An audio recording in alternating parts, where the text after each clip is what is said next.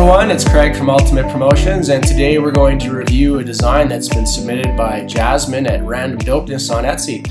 Thanks for that, Jasmine. This is a really cool design. She emailed me and said that she had a few concerns about using the dreadlocks in the design, and my response is that's not a problem at all. We can make those work easy.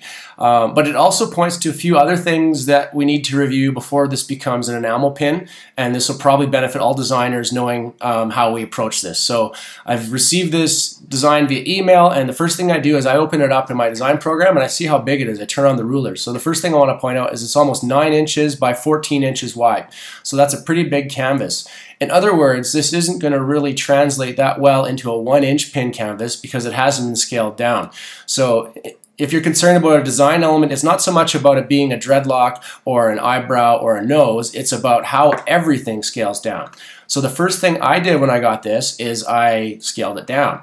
I drew myself a little box that is 1.25 inches by 1 inch high, and then I took this into Photoshop and kind of cropped off some of the extraneous information just for proofing purposes, and I reduced it down to actual size.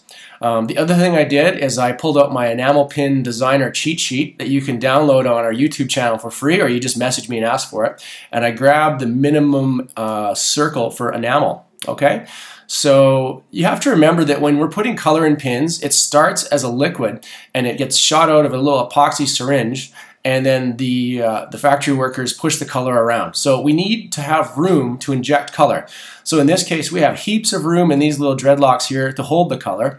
And the second thing that her designer probably may or may not be aware of is we would use an electroplate finish called black nickel. Okay, so it doesn't, in every enamel pin design, there's a raised area and a lowered area. So the lowered areas have color and the raised areas are metal. They have to be metal of some description because they have to hold the liquid color.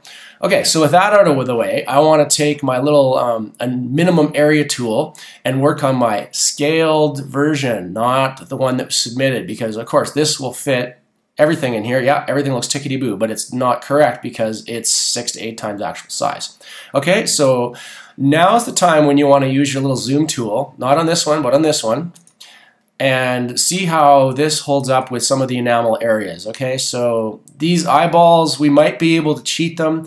I would suggest just making them a tiny bit bigger. Like I know it might look a little bit funny to you, but when it's scaled down to actual size, maybe just increase these eyes like 10–15%, and then maybe it'll hold color better.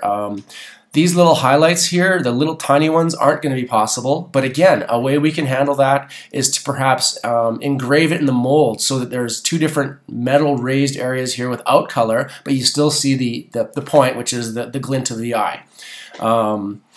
Same with this one here. I might make this line group a little bit thicker so that it pops better. And if I use my enamel tool here, it looks like there's plenty of room in all these areas. This necklace, I would make it just a tiny bit wider again, so the color will flow, and again, put a black outline on it. Okay, the last thing I want to talk about, and the reason I turned the camera around, is about color specking. Okay, so prior to submitting any design, it's really important that you as an artist define what colors you want in the design. And the way you do that is with this handy Pantone book, okay? So rather than using my color chips and going, oh, that green looks okay and that red looks okay, you really can't tell because my monitor is going to display a different color orange than your monitor, than the factory's monitor. So we strongly advise that you buy one of these books and you spec your colors in here. So what I did when I turned the camera off there for a second, as I went through my book and I picked out these 4 colors in the book and then labeled them. So it's just fine to color match the chips. They're for visual reference, but you should be really picking them out of the book. So let's just review what I did here. On this design, we have black lines on the outside, and you can't really see them that well because of the nature of the screen. It's black art, but there is some highlights in here. So in other words, some raised metal detail lines. It's totally fine to put black enamel in a black nickel electroplated pin. It shows up just fine. The second thing is these eyebrows would be raised nickel.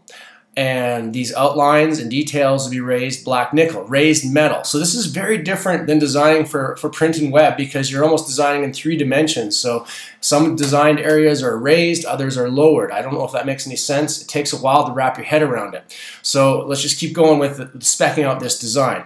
We have a yellow necklace. If I was the artist, I would widen this out a bit, as I already mentioned, but we're going to make that yellow. I haven't labeled that as yellow yet, so yellow. Anyway, you get the point. The point is to use this Pantone book to pick the colors and then define them and then send it to us, and then we're all looking at the same color. I hope this makes sense. If you have any more questions, please submit them. Thank you very much.